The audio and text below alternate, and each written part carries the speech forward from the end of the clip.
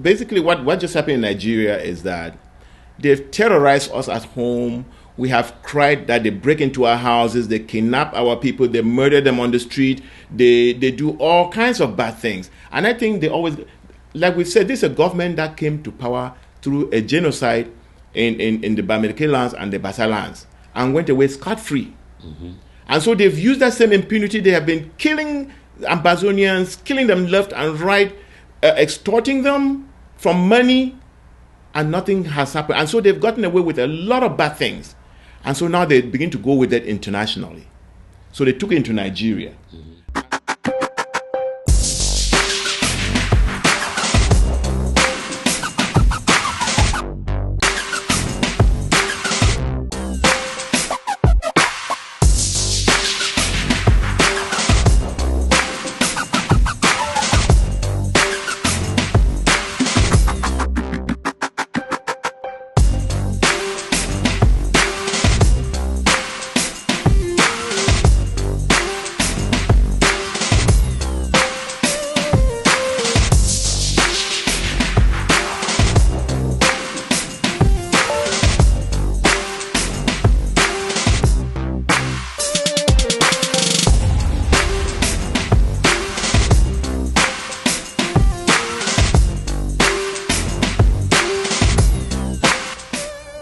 Welcome to another edition of Voices. My name is Augustine Ambe, and you are?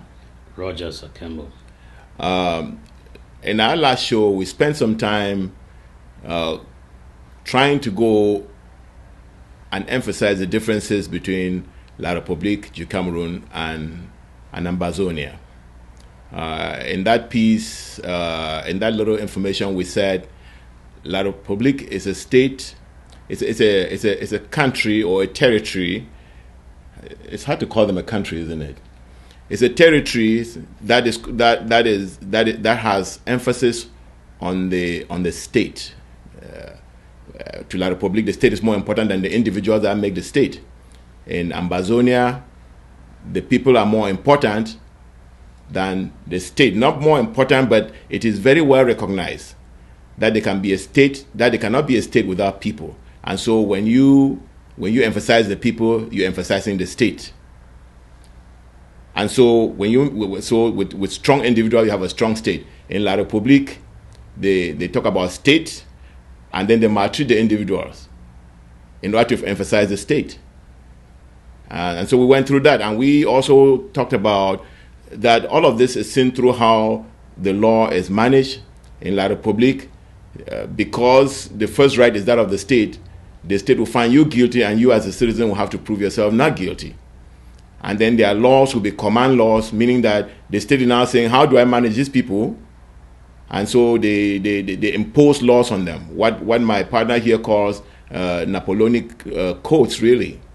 In Ambazonia, we talked about how the people are free, and if there's no need to create a law, then there is no law, because the people are free people, and government is limited. The power of government is limited. The government only comes in when it's necessary, and when it's not necessary, it stays out of the lives of the people. Then we also talked about, you remember some of the things we talked about, but we also talked about the legal system, mm-hmm. that in the Ambazonian system, you're free, and if you go to court, you're going to court to be proven guilty. You're not guilty, and then go to court to say to prove that you're not guilty. In La République, you are guilty, and then you go to court to prove that you are not guilty, begging the state to forgive you or to find you not guilty. You're begging for mercy from the state. Anything that you remember to add to what we discussed last time? Well, when you look at those things, when you describe it that way, as far as, because everything is built on the legal system. Every single thing in any society, because if the legal foundation is solid, then everything works from it. People know that if they have differences, even if you have differences with the state, you can go to court and get redress for your grievance. But your description actually makes it look like there is actually something in La République that works as far as the legal system is concerned. There's absolutely nothing. I would agree with that. People should not have the illusion that there is some form of a court or a judicial process in the Republic. No, it is all based on the whims and caprices of those who are in power. What they decide, who they appoint as a judge, they can call that judge and tell that judge what to do. Remember when Fundi won this election in 1992? Jipanda Mwele, that name became a common name in La République du Cameroon. The Supreme Court guy who pronounced those elections. He sat there and he said he is just reading what he was given, meaning that he did not believe in what he was reading. Yes. And that is a judge, and he had the power to strike down that election, but he did not. No, it's a state. I agree with you that, what I described there was a theoretical part of it. In practice, what he's saying is that the policeman on the street, he represents the state, so that's the state right there. He can charge you with a crime, pass judgment on you, and even kill you there, and nothing happens. Nothing happens, yes. Because that's what they've been doing in Ambazonia right now. Yes. They pass summary judgments and they kill you. Sometimes they don't even talk; they just kill. Yes. Okay. Look at there was a report that one of the chiefs in Mbonge or someplace like that was recently killed, right, by a district officer, a colonial district officer. He shot him and killed him. We know that Ekema in Boya killed somebody. We know that the colonial duo in Manfe killed somebody.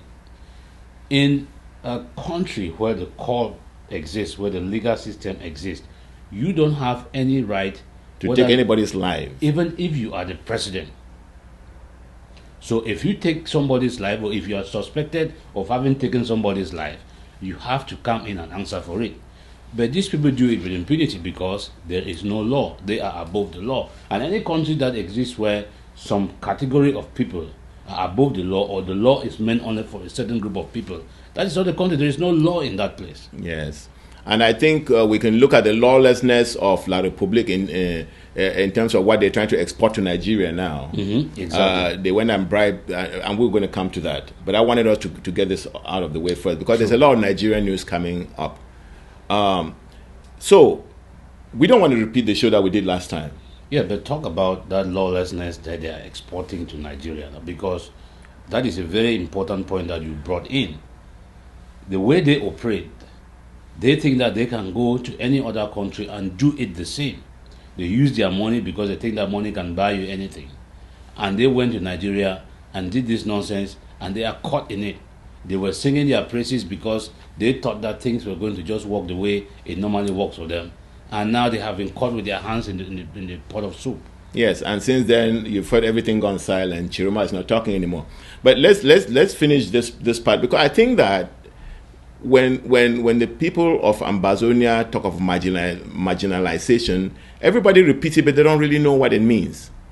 And so, but I think that if you approach the two systems, the state control system, which is a fascist system, and the more common law-based Anglo-Saxon system, which emphasizes the individual rights, and therefore you see state as serving those rights, when in La République the state expects these people to serve it. Yes. And that's why when they train gendarmes and police, they tell them that they are chefs, meaning that they're the chiefs. So when they're on the street, they are told, that's their training. Yes. They are trained that they are the authority, they are the authority of the state, they have all the power, and that's why you see them rough handling, and that they are above the law. And that's what you were trying to emphasize. Yes. That they are above the law. And the president is above the law because he knows that he's appointed by the French, and the French will back him up. Because in the plantation itself, he's the kingpin. Yes. And so he can only be helped by these international organizations. And there the French have a clout, and so they protect him. And then he now protects those who go with impunity on the population. He protects them.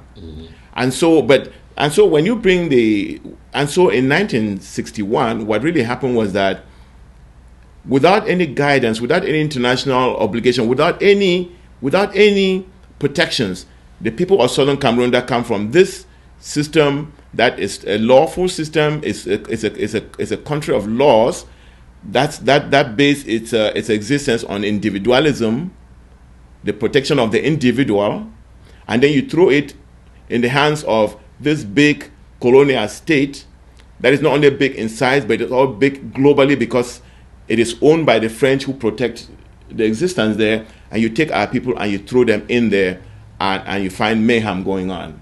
What I want us to talk now, because most of the time when we say we are being marginalized, people don't understand what that means. And so I wanted us to go and go into our system, because you cannot understand marginalization until we see what the two systems, you see what happened to the two systems when they came together, and what happened to the people under those two systems. And so that's what I want us to talk about. And to begin with that, you and I have already established that we were a country of laws, meaning that we're a common law country where it was the right of the individual that's important. And so that's why they used to call our own people civil servants. They can use the word civil servant in La République, but it's a false use of that word. Because in La République, right from what they call planton, you have to bribe them to even open the door to go to an office. And then from every office, you have to bribe them, and you have to bow down, and you have to knee before you get any service. And any service that's given to you is given as a favor. You remember we were complaining, and what's the minister's name say? What are you going to do? Now, that's the top civil servant, if you want to use it. Yes. Asking a parliamentarian, so you've complained about your people, we're not going to do anything, so what are you going to do? Yeah, so do you know why he asked that question? Because now you're talking about the system, the two systems, and we can start from there. We can start from that level of representation. Yes. So in our system, before we joined these people, was voted by the people, and is responsible to his constituency. Thank you. In the system that we find ourselves in today, where we were forced into, Wilbur, when he wins his election, becomes a national MP. And if I may yes. interject there, because you took it. The reason why I started with the individuals was to go exactly there. Yes. That the government that forms starts from the individual. They take their vote, they go and vote their representative, who then goes to parliament. That's in our system. Who then goes to parliament and represents that district. He represents the concerns of the members of that district. And he takes it to their government and represent that in the House of Assembly. And as you vote more MPs based on their campaigns, because they come and campaign and tell you what they will do for you. So when you vote them, they go there, they represent, and the ideology that wins, or the party that wins, they then choose their leader to be the prime minister. That was very democratic. Yes. And let's come back to when the two systems came together. What happened when we elect when the constituency elects their member?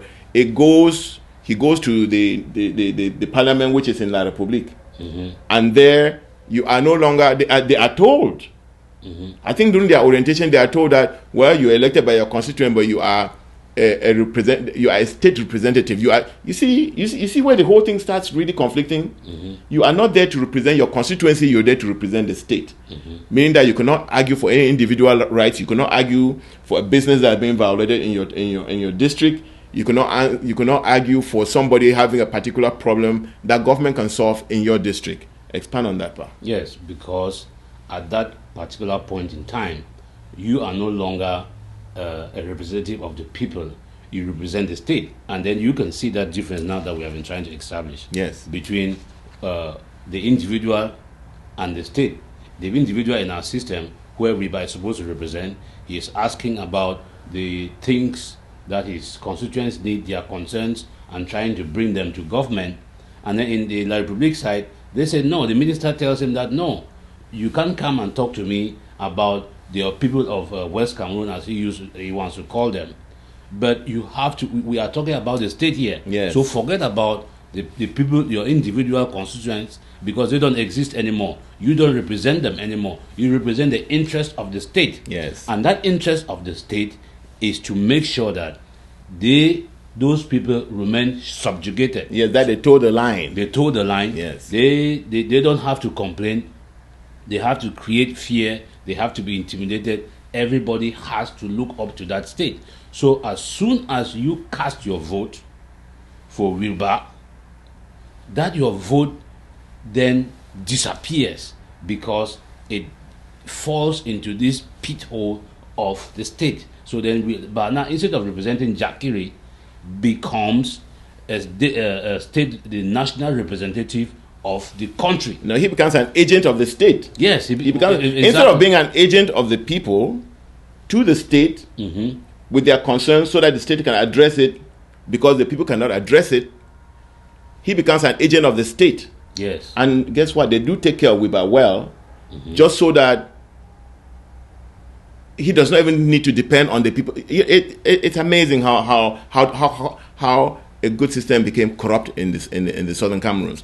So let's move from there now and go. So basically, the first level was that they took away our representatives. Yeah, and that is how they did it, because as we have explained, your representative now does not answer to you anymore, and that is why you can hear like the senator from Womb tell his people that he does not care, because he was not elected by the people. He is not answerable to the people.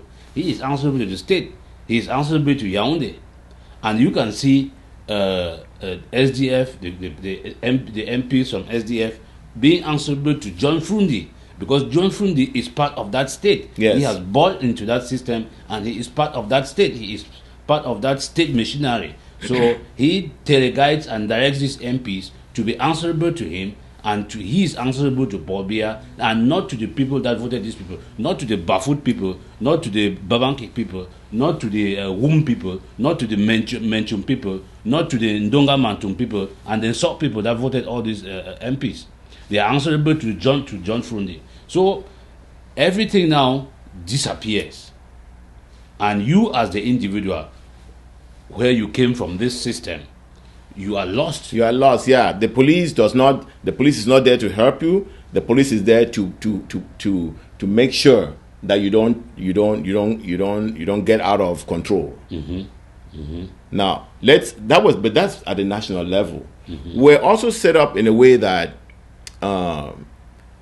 there were local governments to take care of local concerns. Like there was a Tuba government. There was let's take the Tuba government, which was the government that represented the Bafut, the Bambui, Babanki, Ndop, all that area. And what they did was that this is a local government. What they did was that they collected taxes. They used the taxes to maintain the infrastructure, to take care of the local concerns, and then send the rest to the national, which in that case was Boya at the time. So this was also destroyed. Yes, it was destroyed because you know that the way councils used to be run at that time, you had all these local government areas. You have talked about Tuba. Tuba was the headquarters. The headquarters. But in Dop and all these other, you had all these traditional councils. Yes. And messengers used to come from Tuba. In every market day, they will go to the various markets around the country, and around the region.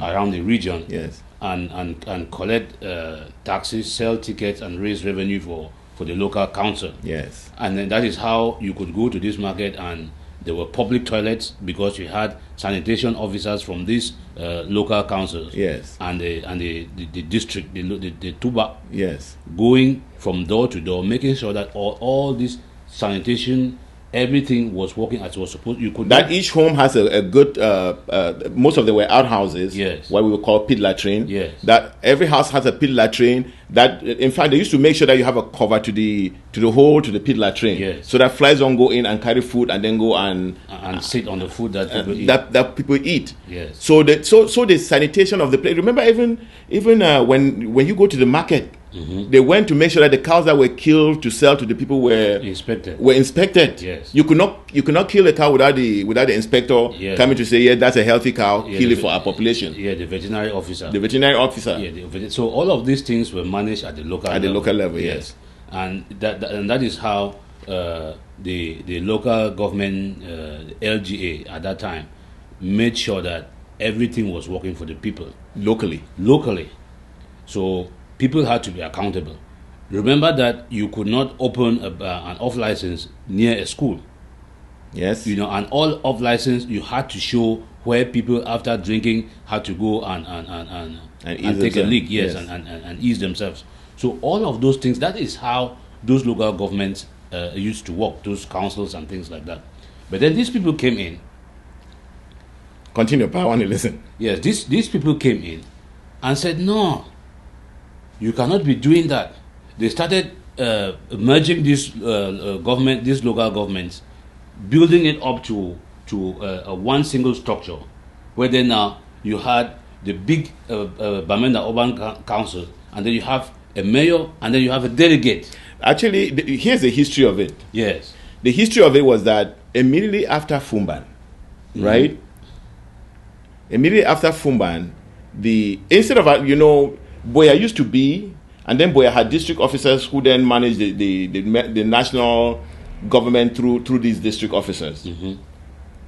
So in the district, there was the local authority, and then there was the district officer who represented the national government. So what Ahidjo did was that immediately after Fumban, he took over the district officers and appointed a federal inspector, the first being Ngo, to who the district officers reported, and that federal inspector reported direct to Ahidjo. Yes. Totally bypassing the Prime Minister of Southern Cameroon, who came from his party winning the parliamentary election. Yes. And then go ahead. I was going to say that that's what he did first. So he already took over the government of Southern Cameroon, Ahidjo. Then the second thing they did was that they targeted the local governments, like you said, and they destroyed the local governments. And so what was happening was that instead of collecting the money that you said and take care of the native of the local problems, they collected it and sent it to Yaoundé, and then it was now based on Yaoundé's likes or dislike, whims and caprices, how much they send back, or if they don't send back anything, and whether they send it or not, you cannot complain because they have B ready to come and get you. Yes. And now go into the. I think the reason I'm saying that is that that's what happened historically. I think the thing about mayors and delegates came a little later, but then these were the ones that they appointed. Yes, but go back to the history of. Yes, you are please. perfectly right. What I wanted to underscore was the word that you used, and you said appoint. Remember that in our own system, nobody was appointed.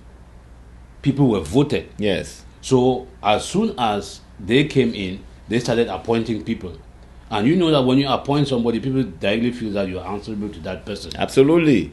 And that is how that state structure that we are describing. Yes. Because you know that, okay, it is thanks to this guy that I'm sitting on this chair. So I have to do exactly how he wants, otherwise I'll be out the door. So you are not responsive to the people anymore. You are responsive to that authority, that state that kept you, that put you in that position. So you see how that individual versus the state plays out in that area. Yes. So now that person collects all those revenues, as you just indicated. They are not developing the areas anymore.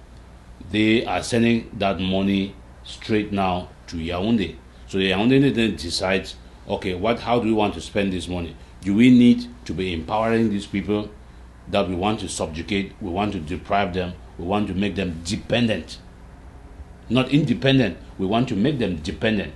So it was a thing of control. It's control, yes. Yes, control. That is how we are going to control them. We are going to make them be beggars and things like that, so that they can look up to Yaoundé and beg for Yaoundé for even a public toilet or a school or anything like that. Now, this book written by Johnson said that once the dues were taken, it did not take too long for the citizens of Southern Cameroon to realize that the power was in Yaoundé and not in Boya. And so guess where they started sending their New Year's greetings? To Yaoundé. And very soon Boya found itself very, very with no powers. Yes. But you talked about, I really want you to go back and talk. You said something which was very important, that when they collected these fees on market days and and also collected some taxes, poll taxes or local taxes. We did not have poll taxes. No, local taxes. Yes. When they collected all those, then they provided the roads, the sanitation, the pit latrines in the market, made sure that the market was clean, made sure that the bill. So after the revenue was taken and nothing came back, what happened? Well, then you saw now that people they started to struggle. You know, there's something you said that touched me personally, because I had done some business with liquor in the United States, and in the United States, before you open a bar, let's use a bar, you must have good parking for your clients, and then you must also provide enough facilities for people to go ease themselves based on the size of that establishment. Yes. And so when you mentioned that, it occurred to me that yes, we were taking care of things like that. So you see, when we talk of the English system and the French system, I mean, it's like night and day. No, it is. And you know, you can look at all these things, and it is always going to come down to the system, the state versus the individual. Yes. Because I had sat with Ekema and a group of friends one time in Boya, and we sat somewhere, we were sharing a drink.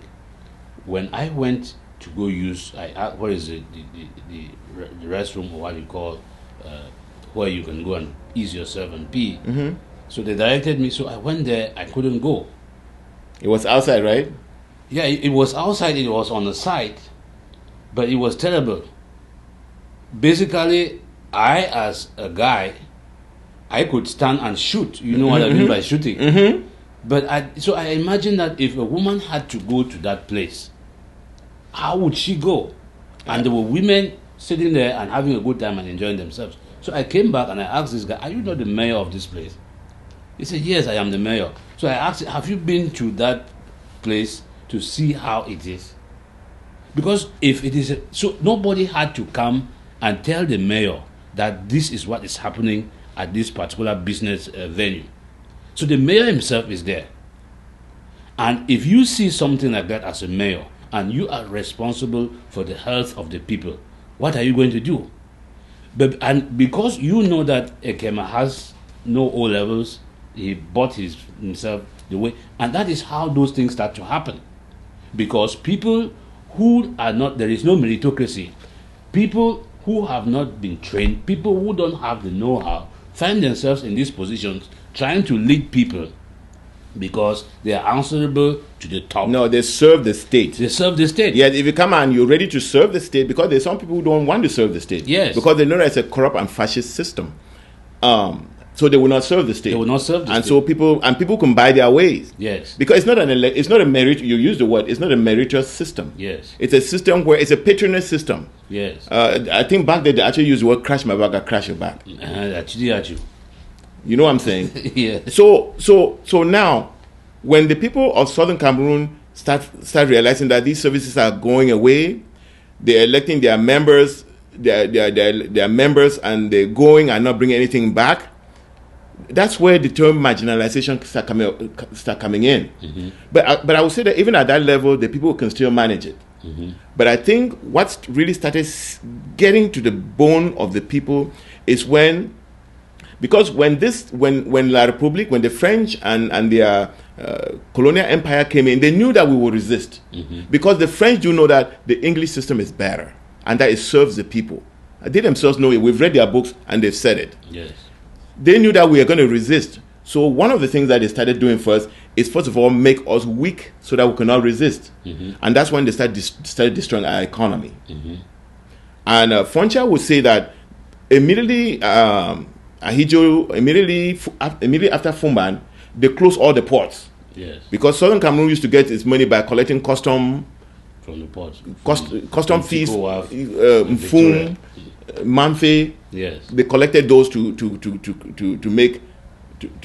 build their budget. So they destroyed those, and then our economy was purely a commodity economy. And with the British gone, they barred the British companies from buying bananas from us. And so it was all French companies. And then the French companies refused to buy the bananas. Frontier will tell you how there were bananas getting rot here and there. And what they were doing was to kill first of all, bankrupt the Southern Cameroon's government so that all its budget came from Yaoundé. That way they can control that government. Yes. And after they've destroyed that, then they went to the private sector. To the private sector. Pardon them, some of the private sector companies that were destroyed. Well, you can start with. Let me get the list, but you can start with Santa Coffee Estate. Yeah, well, you just want to start. If you look at the Santa Coffee Estate, the way it was set up, you and I, when we went to school, we used to come out and do these little jobs. Yes. Because, like you just talked about the Santa Coffee Estate. Yes. You could come from. I used to leave school, and I would go to any person who had a coffee in the compound and stuff like that, and you would go and harvest, pluck the ripe coffee, the one that is ripe. You pluck it, you fill a pocket, and they pay you a certain amount of money. So when the coffee was harvested and it has been sold to the cooperative, yes, then the cooperative offers people little jobs. I worked more at the cooperative level, where on a Sunday morning, yes, we'll go there, pick a bag of coffee. They used to have these cement slabs. Yes. I remember a company just across, it used to be called Cameroon Mountain. Yes. We'll go and pick a bag of coffee, put it on this slab, and then you were supposed to select the bad beans. Yes. And then keep the good beans. Exactly. When you selected the bag, then they'll come and inspect you, and you get your money for your movie at 3:00. Exactly. You know what I'm saying? Yes. So that is how we were independent, even to the level of children who were not up to the age where they could be gainfully employed.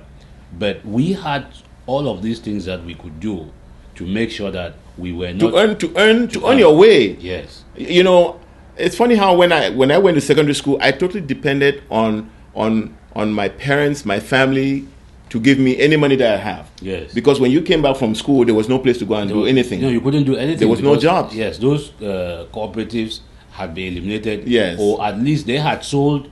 Because remember that the reason some of these cooperatives closed was that the government took their crops, marketing board, Santa Coffee, Northwest Cooperative Association, WADA. Government took their crops that they had bought from the citizens, sold it, and never paid them back. And there's nothing they can do. Yeah, and there's nothing you can do. Nothing you can do. So that is how they started struggling, and that is how they closed. You talked about the businesses that we had. The first thing that we had was the Ombe Trade Center. Yes. And you know what a trade center does. You know, it goes out there, looks for businesses, develops the small businesses, reviews business plans, and look for financing for small businesses that are trying to grow, and it does all of that. They killed that. You know, there was a Cameroon Bank, there was Barclays Bank, there was Standard Chartered Bank, Fonader Bank, and you know, Fonader even recently was killed by this Yaoundé man who after embezzling, stealing all the money from Fonader, I think he was appointed the ambassador to Japan or something like that. So after robbing this bank and bankrupting the bank, he got an appointment. Nanga Company, giving employment. Nanga Company. Explain what happened to Nanga Company, because that's a company that had developed and it was able to compete with international companies in building in construction in Cameroon. Yes. What happened to Nanga Company? Well, I think Power Funcha talks about it in one of his videos, where they were competing for contracts, and Nanga Company would provide a service. Their bids were always very, very. It was a third. It was a third of what the companies in La Republique would have charged. Yes. But I think the demise of Nanga Company came. My understanding is that Nanga Company did a lot of businesses for the government, and the government never paid. Yes. But then the government came and wanted Nanga to pay a lot of taxes, and that's a tactic to kill the companies. You know, because they knew that they did not pay, and when they come and bill them to pay certain taxes that you cannot pay because you were not paid for the contracts that you did. Yes. So what happened? Nanga Company went belly up. Yeah, it went up, and people lost jobs. You know, you had Medino. you had Unilever, you had Wada, Sokapao, Powercam, West Cameroon State Lottery. You have talked about. No, they moved West Cameroon State Lottery to Yaoundé. It became National Loterie Nationale. Yes, it was very profitable. Foncha says that when it was run by us, he begged Ahijo that let citizens of La République participate in that West Cameroon National Lottery. Yes, Ahijo refused. He refused. Yes. So, and you have our airports. We had 4 airports. They were all closed. We had a transport airline, Cam Air Transport, with 3 aircrafts. You had the seaports in Victoria, Tico, Indian, and Manfred. The hotels, Mountain Hotel, Confidence Hotel, West Cameroon Coffee Cooperatives, Ndop Rice Cooperative, that finally in the Republic days, they changed the name to Urban Known Valley Development Authority, UNVDA, and all those kind of things. So, and I have talked on this show that I went to school based on some of the rice that was sold to UNVDA to be able to pay my school fees. And some of the people that came after me did not have that benefit because that place had been bankrupt. So these are... You should talk about PMO. PMO. Yeah, you talk. Let me pull it up. Go ahead. Because in PMO, I think PMO was doing wonderful. Dr. Monzo talked about PMO. And that when they closed PMO, they took $160 million and then went and built a building in Douala for PMO. Yeah, well, that's always the case. You remember there were some of these cooperatives that were all in our territory, but the headquarters would either be in Douala or in Yaoundé. And so basically if you have more, but just bring them. So basically what we're saying is that when this state control, I want to use the word fascist because it's only fascists who emphasize the state over the rights of individuals. That's what, if you go and read Mein Kampf, which is Adolf Hitler's book, it's all about the power of the state. Obviously Mussolini and all these fascists were supposed to have been destroyed during the Second World War, but the French were not destroyed. The French fascists were not destroyed. They were not destroyed because they never fought the war. They surrendered to Nazi Germany, and Nazi Germany came and took it over and actually showed how efficient fascism could be. You know what I'm saying? Yeah. Because when they took over France, they did not only plant Marshal Pétain as their own appointed governor of France, they also, if you look at what the French are doing in Africa in terms of the French franc, it's a blueprint from what Germany did in France. Yes. You know what I'm saying? Yeah. So a very democratic and people-oriented system in Southern Cameroon was totally destroyed, allowed the people of Southern Cameroon totally bare. Because government that was so close to the people was now very far away, in fact in a foreign country. It's not a foreign country that speaks the same language with you. It's a foreign country that spoke a foreign language. And so we started seeing our policemen, our DOs, our administrators, who used to be people in the neighborhood who actually ran for the jobs and cared for the neighborhoods in which they live, start becoming foreigners who speak to you in foreign languages. Yes. And to underscore, before we move, we had about 59 different companies. This is in 1961. We had 59 different companies and counting. And the backbone of those companies were the banks like Cameroon Bank and the banking system, because there is no economy that is going to succeed without a very strong banking system. Yes. And Foncha has talked about the fact that in La République du Cameroon, if you wanted a loan for up to 500,000 francs, you had to get authorization from France. Yes, you had to go to Paris to get that money. Yes, but our banks were loaning up to 2 million francs CFA to businesses. Yes. And they came in and that is why Nanga, when they asked for those taxes and they had crumbled all of these banks, some of these companies, Chair, Neighbor, and all of those people, they could not go to those banks and get loans. Yes. Because those banks were now run by the Republic and they were going under. So I just wanted to throw, because people might wonder that, okay, how did these 59 or how many companies just disappeared? Yes. No, it was done systematically. It was slow, it was steady, they had their goal, they knew exactly where they were going. They closed all the seaports, closed the wharf in Tico, so revenue was not coming in. They took down the banks so that those banks could not lend to those businesses, so that those businesses, even if their payments were not being made, the job that they had done, the state was not paying them, they could go back to the banks and renegotiate their loans and get those loans and keep operating. What they did was they took those banks away. So when those businesses could not find loans and the government wasn't paying them, they went under. In the cooperatives, they took their crops, sold the crops, and they never paid them back. Remember that in Nkrumah and Houphouët-Boigny and all those other countries, when the West was not paying the prices that those countries, Nkrumah for example, wanted for his cocoa or his coffee, he bought it from the farmers, paid the farmers to keep the farmers going, and held on to those crops until the prices went up. Then they sold those things. These people, because their goal was to undermine our economy, they took it from us and never even paid us.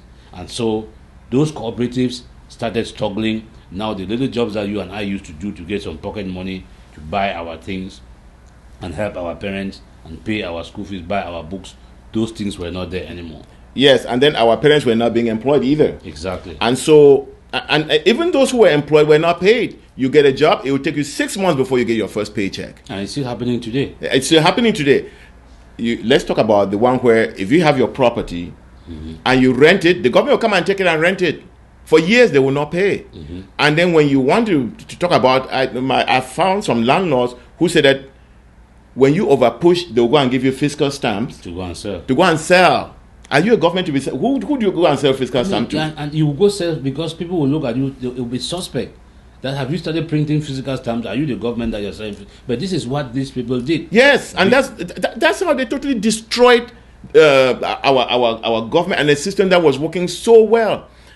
You know, in talking about all this, we do not say that Southern Cameroons, with the electoral and the representative system that we've demonstrated here, was the first government where they voted a new prime minister and there was a change of power without any problems. Yeah, we have talked about that because I know I've mentioned that, you know, before Ghana became independent, we had a democratically running system, and Nkrumah visited us, and he was very proud. So even though people would describe Ghana as one of the first independent countries in Africa, our government was functioning already. Yes. Because remember, the British were actually hands off. When we left the Eastern House of Assembly in 1954, yeah, we came and we set our things up and our things were rolling. Yes. So before Ghana became independent, I think in 1957, we had our things going already. Yes. So it is not. People should not think that because we were still under the United Nations and things like that, we did not get anything until 1961. No, we had everything going for us. Then we joined this way in 1961. The agreement was that our governments, the customs that you talked about, we were still supposed to be collecting our revenues from our custom, running our schools, running our local government, and all of that stuff. And what was supposed to be for the federal government, like defense and all those other things, would then be managed by the federal government. But they came in because they had a different agenda. And people always need to understand this. It is the agenda that they had that they undermine. Because if you go somewhere that you believe you have the interests of the people at heart, you are going to build on to what those people have. So, for example, if you married a woman today, and by the time you married, that woman was independent, she was doing her own things, she had her businesses, she was working very well, and you guys want to grow together. Are you going to undermine those businesses? No, you don't. Or you are going to build them more and make them succeed? No, you don't. Yes. So because they wanted to make us dependent, they took away power camp. If we have Can you imagine in Africa they destroying a power station? Yes. A power station? Yes. When power is so rare in the place. Yes. They destroyed it. So they did that, and they took away all of those institutions, all of those businesses, so that the people should be dependent on Yaoundé. You have to go to Yaoundé. They brought in the schools, the public schools that we had. They brought in francophones, pushed them there. Now you started hearing of people had to write these exams to go to this school. The post and telecommunication that we had in Boya, was moved to Yaoundé. You know what? Boya became the annex. The schools that we had in Bambili, the teachers' training schools and all those things moved to Yaoundé. Bambili became what? Annex. Yeah. You can keep going down and down and down and down. Why? Because every authority has to be in Yaoundé. And meritocracy, you saw what is happening now with the schools. Enam, for example, the School of Magistracy. I think you saw Cavalier Jibril's children. Yes, they were all lined up going there, and I can almost guarantee that they probably did not even write the exams. No, they did not, because you have always heard that people don't even sit for an exam. By the end of the day, when the final list comes up, people's names are there. That is why there was a strike in Boya in 2008 and all those things. That is the kind of system that these people are building. And for our La Republique people who are sitting there and complaining about us trying to be what a meritocratic system, a country that is built on merit, where you have to sit and prove your worth. I guess all their families are so dull that one person, Cavalier Jibril, will have 3 of his children in Enam in a competitive exam, and one family. I think the director of magistracy too, he has his own children in there. So remember that these people started when they came and they were breaking us down. We started fighting. You could write the exam and go into the school. They destroyed that. They brought in a system where you had to go and pay. They would charge 5 million, 2 million to be able to get in. Some people could still fight that. Some people could sell property. Some families abroad could work and gather that money and buy for one of them to go. Now, it is not happening anymore. So even if you have the money, you cannot go in. You have the knowledge, you cannot go in. The only way you can go in is if you are related to Cavalier Jibril, you know some director, or you know the Secretary General at the presidency, or you are the president's daughter, and all those kind of things. Yes. So that and what happens? These are people that cannot even conjugate the verb in the present tense. And they are going to be the people to lead the country. And you are surprised. People will then be surprised. Why is this country going back? Why is it moving backwards? Because the people who are in position of authority, the people who are supposed to manage various departments, are people who don't know what they are doing. They are simply there because somebody thought, I could appoint this person to come and sit here. And that person sits there. He does not care to do any job because he is not answerable to the people in that office. Those people in the office, they cannot complain that this guy is ineffective. They cannot complain that this guy is not even inexperienced, that he does not know what he is doing. No, you cannot complain, because if you wanted to challenge, there's no legal system you can go to if on unforeseen circumstances, or if some bad things happen to you. Mm-hmm. So it's a system where the citizens actually have no right. It's all state right. State right. You've seen people rolling in mud. You've seen people walking on their knees. Mm-hmm. It's because the citizens don't have a place to go. Yeah. They don't have a legal system to turn to. They don't have anything to turn to. But let me say this. I think you said something which kind of helped me think this.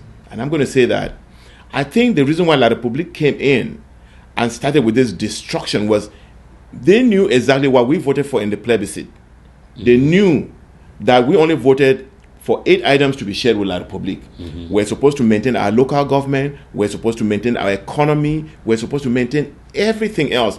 Only those things that we can share, like national defense, telecommunication, which is better to have one for the whole country rather than you have yours, I have mine. Mm-hmm. They knew that they were going to do that. So they started by destroying also that we have no way to fight back. Mm-hmm. Mm-hmm. That's exactly what they did. You know what I'm saying? Yes. So they came. They wanted to bring in. The other thing that I wanted to say was that this election that we just talked about, mm-hmm. this election where we voted and we brought in a new prime minister, mm-hmm. and the old one left mm-hmm. with no fight. Mm-hmm. And you were correct. The British were not controlling that process. The British were only in charge of our international relations. Mm-hmm. but the people of Southern Cameroon controlled the rest. Yes. There was no monitor. There was no election monitors. There was no election monitors coming from the west or from what's the one in Washington? National Democratic Institute. No, there was no National Democratic Institute. We conducted that because it is very condescending that some other countries say, well, we'll come and monitor your election because I don't think you're good enough to conduct elections for yourself. Yeah. No, we were doing that in 1958. No, before 1958, 1954, when we left the Eastern House of Assembly, we came. I'm only saying 1958 because I don't know how Ndele became the prime minister, but I do know that Ndele was challenged by Foncha, won the election, Ndele gave up power, and Foncha took over with no problem, and there was no NDA supervising. The Norwegians did not send, the Carter Center did not send anybody to come and monitor the elections. So that's how far advanced we were. And if you look at the economy that we just described here, that was a very organic economy that was growing. It was not being patronized by the French. I mean, can you imagine what? First of all, imagine the investments that PMO was making. And I know because my CDC. And CDC, they were totally building the country in a way that it was very, very self-sustaining. But all of that was destroyed. And so when we talk of marginalization, we're talking of a totally new system being imposed on us that totally undermined the human in that system.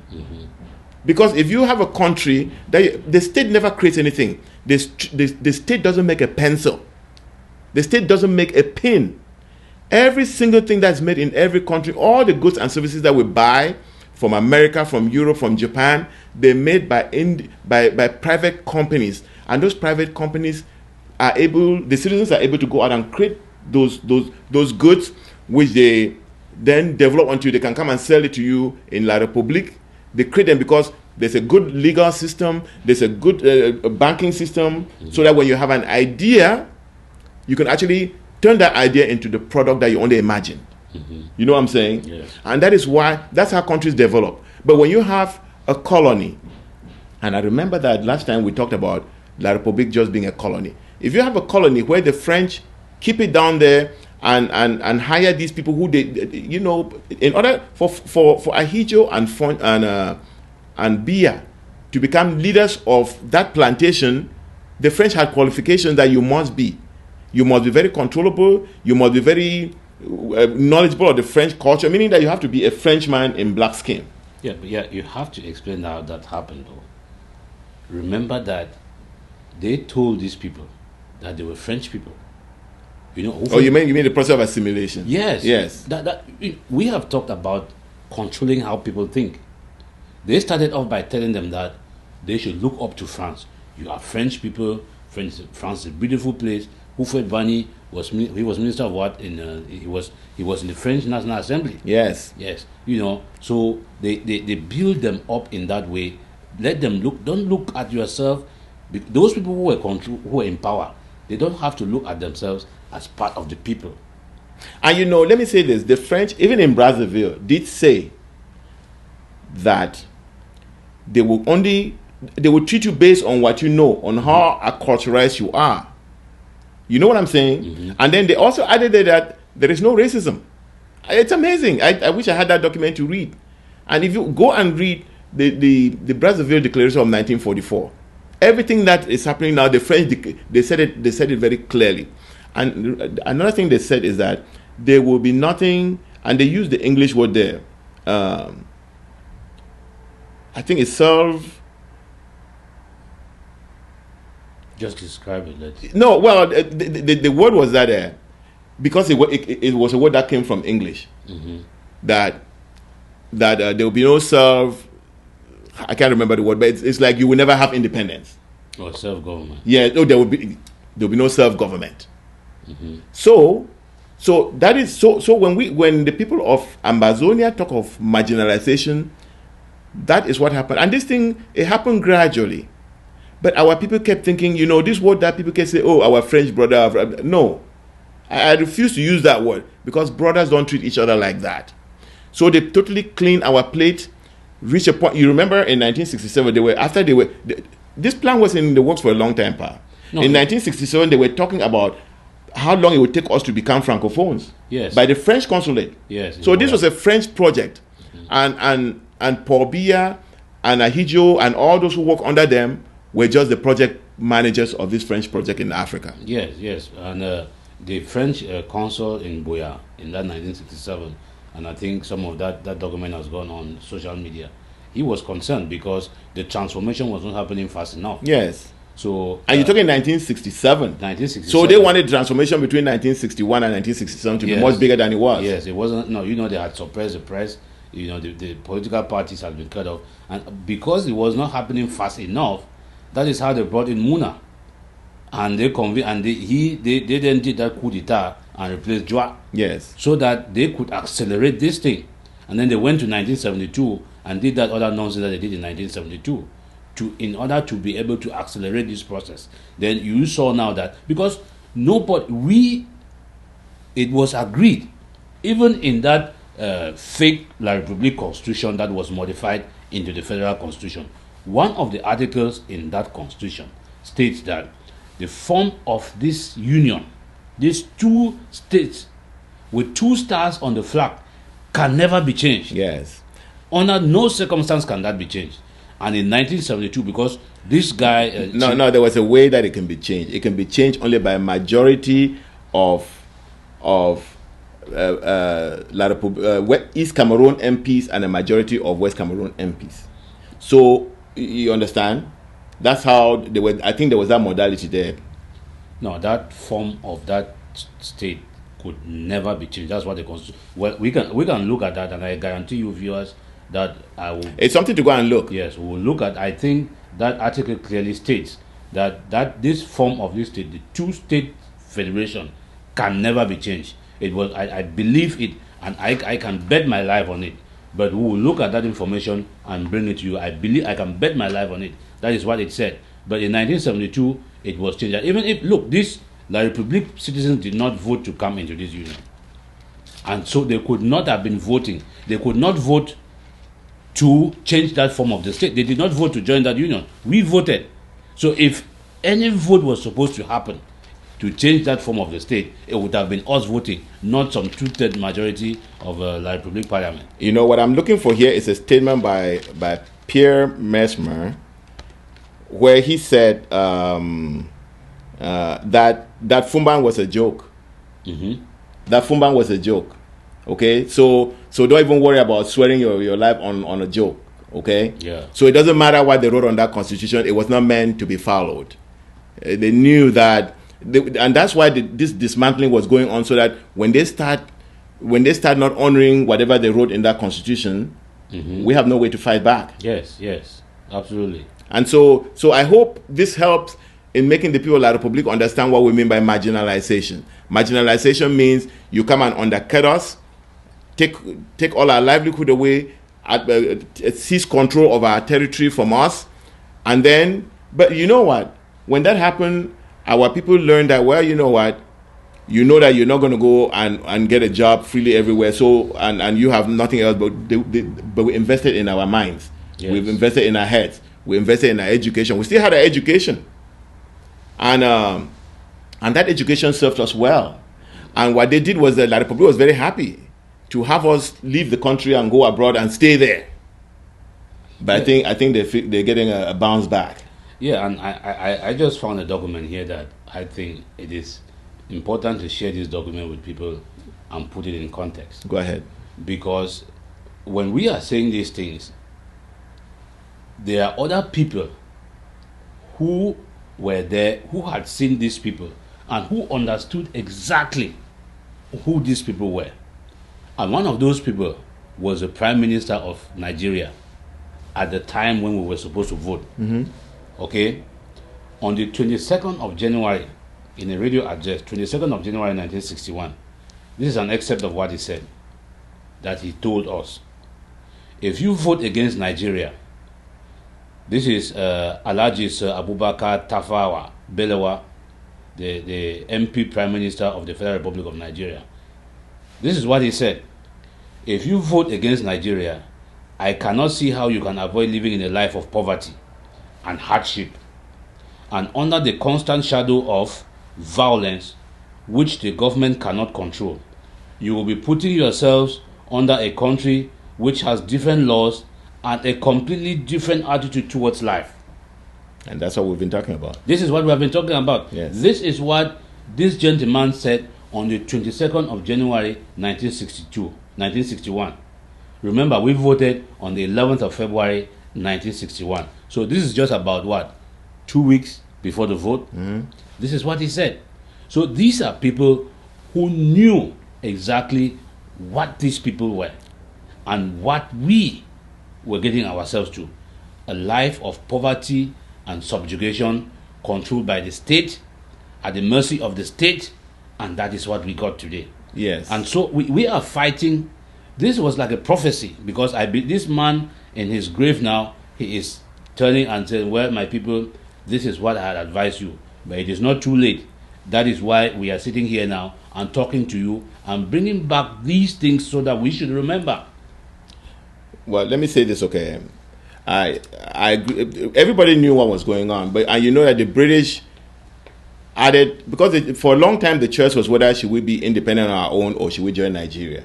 The choice of bringing La Republique was supposed to be a threat to scare us because of the mayhem and what was going on over there. So it was meant to scare us, but obviously we were not scared. But and also this was the people of Ambazonia, the people of Southern Cameroon did not choose to join La Republique. It was the British who forced. Remember, the British had said we were expendable. If we do not join Nigeria, we'll become expendable.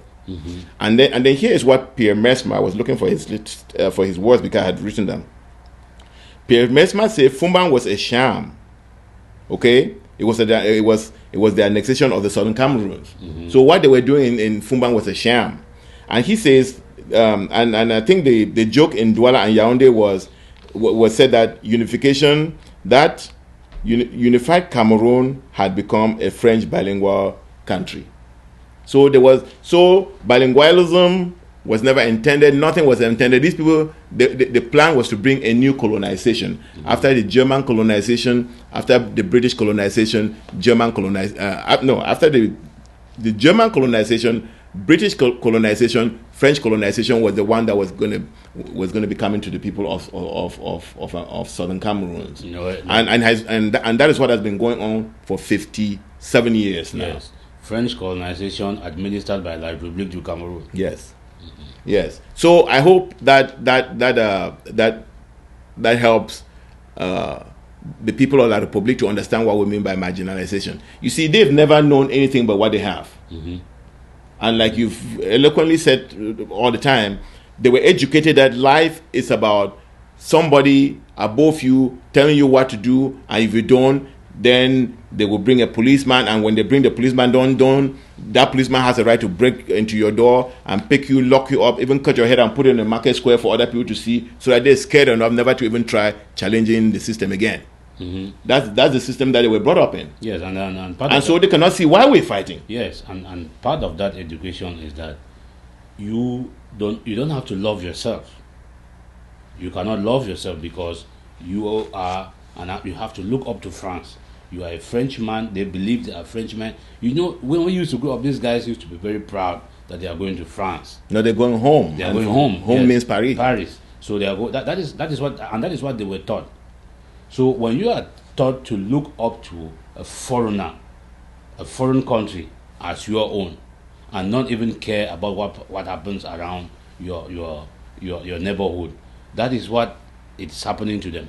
And we talked about the individual, right?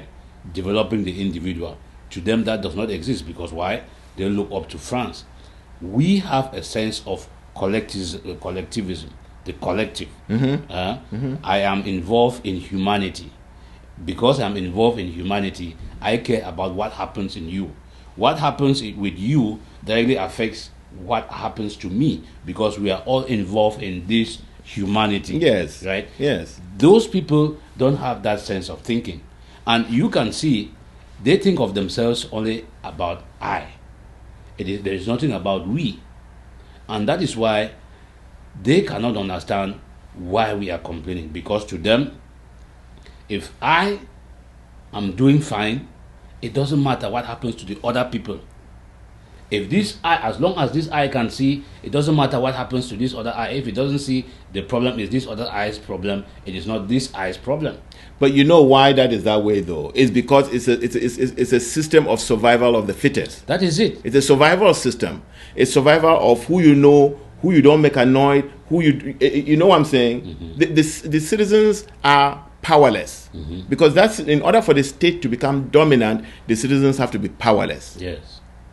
And you make them, it means tamping down their humanity, because humanity is powerful. It's very powerful. It's powerful. To be human is to imagine, is to dream, is to but to, in order to clamp down on those, you have to have SEDOC, police, gendarme, army. How many forces are in that place? Oh, you cannot count it. You cannot count it. So, Papa, you read something there, which was written by the former prime minister, the first prime minister of Nigeria. Mm-hmm. And we did touch on La Republique carrying this is corruption and its state control mm-hmm. to Nigeria, yes, a common law country. Yes, and they ended up picking up Siseko. Mm-hmm. and his cabinet. Mm-hmm. I have a little piece here to read. People already know that. And Siseko is still in Nigeria. The reason why you remember that last Monday, all the TV stations in La Republique, everybody was celebrating that they brought them home mm-hmm. to La Republique, right? Yeah. All right. I read a piece by a Nigerian lawyer. I'm gonna read that to you. And his name is Osagi Dare, and he's in Ikoyi, Lagos, Nigeria. He's a lawyer, and here's what he says: on Friday, 5th of January 2018, elements of our secret service, working in tandem with the police state of Cameroon, kidnapped 12 dissidents from a hotel in Abuja. The plane and everything needed to hand the dissidents to Cameroon had been finalized, but the Brigadier General cautioned that some time is given because he feared that they will be executed summarily. The cost of the operation was $500,000 USA cash, paid when the Cameroon Minister of Interior last came to Abuja. So that's the report of this lawyer. Mm-hmm. That's what happened.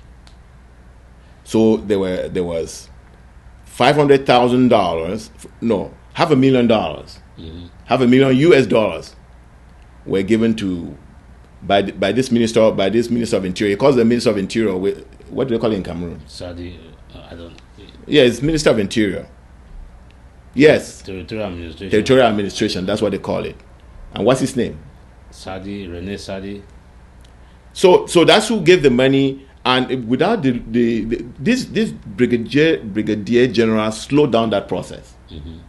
Otherwise, an international crime would have been committed. And if you want to know why there's been so quiet, I think, and this could not have been done only by La Republique. We've been talking about Paul Biya and his gang just being plantation project managers. Mm-hmm. You should know that the French were very, very heavily in it, because La Republique cannot do things like this and think they'll get away with, because that's international terrorism. I don't know what you want to add to this. Well, I have something to add. You just used the last word. I would like to expand on terrorism. We have talked about who the terrorist is, right? We have described who is kidnapping now, because that's what terrorists do. Yes, they kidnap people.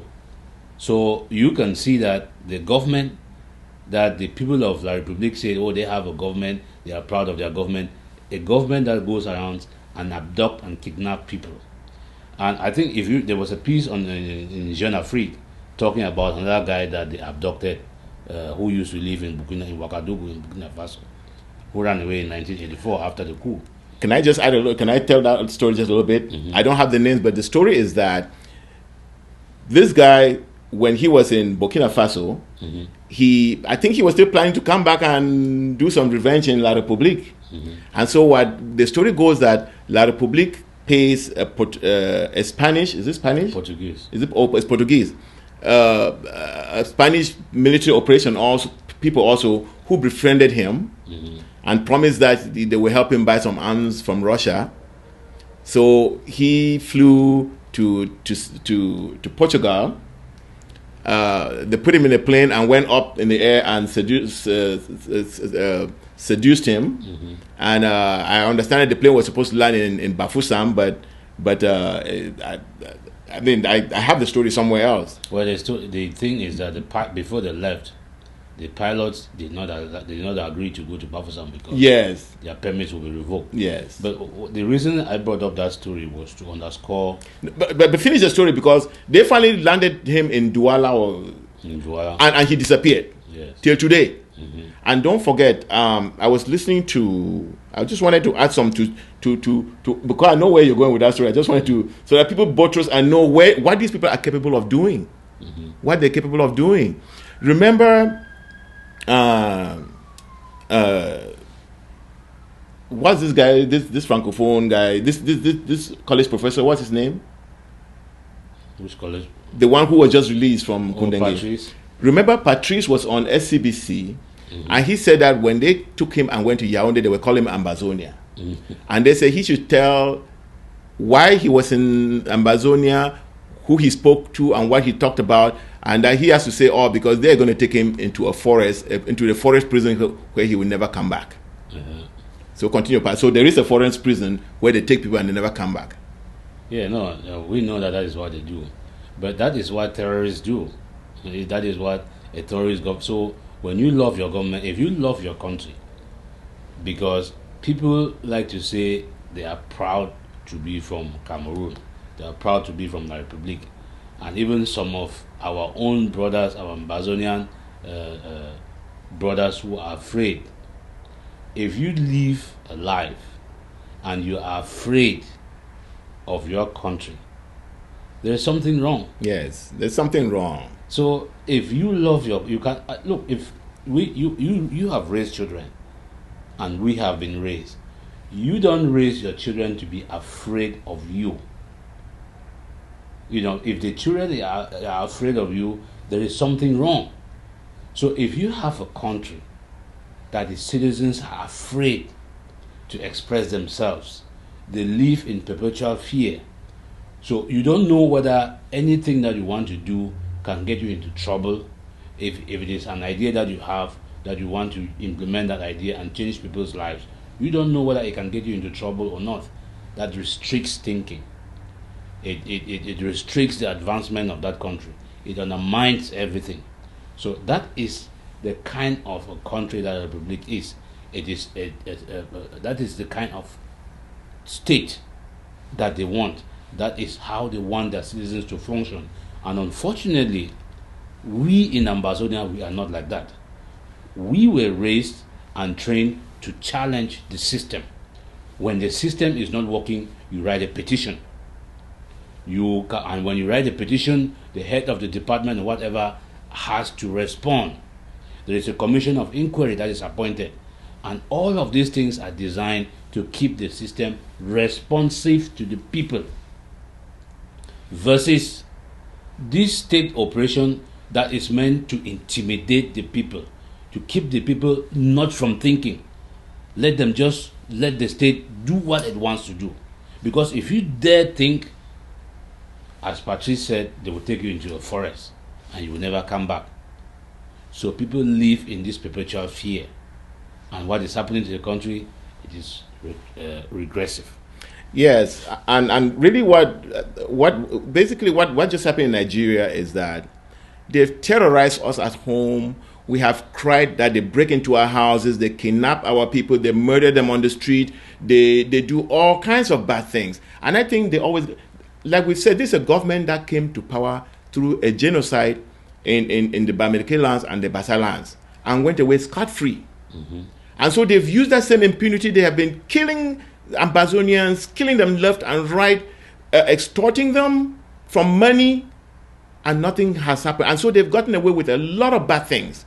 And so now they begin to go with it internationally. So they took it into Nigeria. And the lawyer I just read, it's a very scathing piece that he wrote. And he said one thing that I think Ambazonians should like to hear. Because what he told Nigeria was that this Buhari government has not been treating Nigeria well, and they're going to be giving Nigeria a bad name. And this is what he promised. He says, I will personally mastermind an international campaign against the federal government if steps are not taken to release the 12 dissidents. Buhari should not give the country a bad name. We are freedom-loving and peace-loving. So, these people don't learn, because when they went on the 22nd first, when they ignored us, they thought they were helping themselves. It did not help them. We only escalated it. Then, when we manifested on the 22nd of September, they brought guns and killed us. It did not stop us. Then, on October, we went and declared our independence. They come and killed us. It did not stop us. Now they've gone. They thought they were really going to execute an Israeli type of Entebbe in Nigeria. But guess what? It did not help you. And in all of this, we have gained allies, we have gained friends, and if anybody is doubting that we have a reason to get out of living in this kind of criminality or being led by criminals, I think all of this is beginning to expose it. And if anybody thinks that we will not be free, well, I think they can see what's happening. Our people say this, and those who believe in God should, and those who don't should not. But our people have always said this struggle is ordained. And Satan, with even the most evil powers, is not going to win. Yeah, you're right, Pa. The people, and I want to address what you just said. These people went into Nigeria. They were all confident. They came out of it, like a scarecrow. When it falls, a lizard falls off the wall, it gets up and it shakes its head and congratulates itself. They were self-congratulatory. They were high-fiving each other that they had pulled it. Everything was working. It was all over the news. And, they don't know the people that they are dealing with. They don't know our people. I mean, they have lived with us for 57 years. They have called us Anglophiles. They have every single negative connotation they have given us. But what they have not failed to understand, or up to this point, or they have not recognized up to this point, is that these fools have a collective mentality. These fools believe that if one of them is hurting, all of them are hurting. And every single time, you can look at it, when they wanted to change the GCE system, the students from Bali, the students from Nacho in those days, the students from Sacred Heart, so everywhere they organized, they protested, they fought, because they wanted to change our system and bring in that francophone system that does not work, because that system does not work for them. A system that parents are involved in buying exams. They buy everything, buy exams for their children to sit and write, and if the student cannot even write the exam, they probably leave the country and go to Chad and try to write it in Chad, because you will hear them, they ask you, where did you get your back? You got your back where? Because if you didn't get your back in Cameroon, you went and got it in Chad, it's inferior back. So they go and buy exams. At the Ministry of Education, parents will go and spend nights there to buy exams for their children. That is not who we are. We fought for the GCE board because we are a merit-based society. We are a competitive community. Our results, our exams are competitive. We read our exams over the radio so that the whole country can hear the results of their children. It is graded with A grades, B grades, C grades, and D grades. We do all those things because we are competitive. That is who we are. And these people tried to stop that. It didn't work. What I'm saying is that, my people, every single time we have put our mind on something, we have always achieved it. We achieved it with the GCE board. When we said we were going to bring back multipartism in Cameroon in 1989, 1990, they killed 6 of us, we brought it. So every single time that we have put our mind on something, it has happened. This is another thing that we have put our mind on. And whether they like it or not, it doesn't matter how many people they bring, this is going to happen. We are going to be a free people. And we are going to be a free people, and they would be jealous of our freedom. Why? Because we are a determined people. And when we make up our mind, it doesn't matter the wall that is in front of us. We are going to scale that wall. Absolutely. Absolutely. I just want to add that I think this experience of La Republique in Nigeria should let La Republique know that when you educate your citizens and you free them up, and you said a statement that is so important, but you don't even know that you said all of them think the same, right? Mm-hmm. If you train your citizens to be individuals and think freely, then your country is safer. Do you know that the operation that failed in Nigeria, if Nigeria was going to stage that operation in La Republique, it would have succeeded? Very fast. Because none of them is going to stand around and say, maybe this should not be happening. Mm-hmm. They will all blindly say, it comes from the state, let it go. Mm-hmm. You know what I'm saying? Exactly. But the Anglo world is a world of individuals. And that's why it's a very strong world. That's why it's a world that produces the vast majority of knowledge and products in the world. If you put all the products in the world, a vast majority comes from the Anglo-Saxon world. And it is because why? Because it's a free world. They free up the humans there because, again, the human being is the only element in the community that can affect change. Now, if you prevent your own citizens from affecting change, you end up with a banana republic that's run by the French people who don't have 2 heads and you have 1, who don't have 6 hands and you have 1. But same people, they come and intimidate you, and you have to free yourself. But I have to say something about the French. And Elise Smith sent out a tweet that he got information that the French were behind the negotiations that are going on in Nigeria in order to send our people Seseko to Yaoundé. Mm-hmm. And shortly after, a French diplomat speaking in anonymity totally rejected it and said, no, the French are not part of it. In fact, our position is the same as the position of the UN and the UK. Here's a diplomat. First of all, he speaks under anonymity. He speaks anonymously. And secondly, he feels that the French position has to be attached to the position of the UN and the UK to have legitimacy. You know why? You know why he had to say, our position is the same as that of the UN and the UK? Dialogue. No, he's saying that because he knows the French have no credibility. Yeah. The French are the colonialists in Africa. He knows that everybody knows that. And so what he does is that, you know what, maybe, a thief would say, no, as the mayor or as the chief of police, I was in his house, as an alibi. Yeah. That's what they're trying to do. The French really need to just get out of Africa because they're holding the whole African continent under bondage. Because you know what?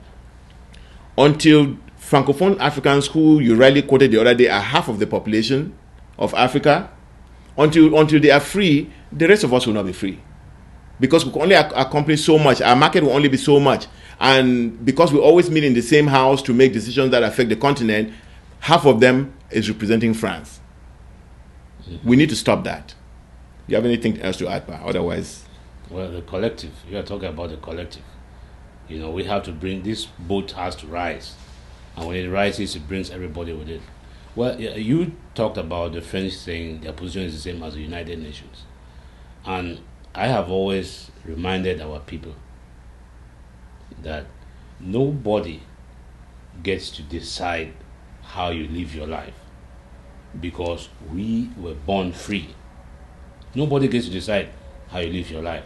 It doesn't matter whether it is the United Nations, it doesn't matter who it is. We get to decide what happens in our community. That is the sense that we have, that is the responsibility that we have.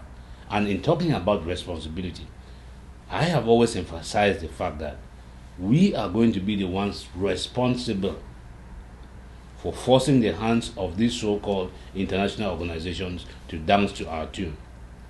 And we have been doing that. We have to keep doing that. The reason I emphasize that, because if you look, recently there were some protests in Iran, and the United States, for geopolitical reasons, came out, and the representative at the United Nations called a UN General Security Council meeting. These people had just protested for a couple of days, but we have been going on for months with very high loss of life. But the United Nations, the Secretary General of the United Nations, the Commonwealth, the United States, and all of these people have been very silent, except from time to time say there should be dialogue. Dialogue with who? So what I'm saying is, we have a responsibility to ourselves and to posterity. And as I said before, we have never set our mind on a goal and not achieved that goal. This is not going to be different. And we are marching on. But they're asking us to dialogue with who? With kidnappers who go international to, who even, I mean, they're not only kidnapping in the territory, they begin to kidnap abroad now. Are those the people that we can go dialogue with? You know? Yeah, that's what they are saying. But we are not listening to them. We are doing what will free us.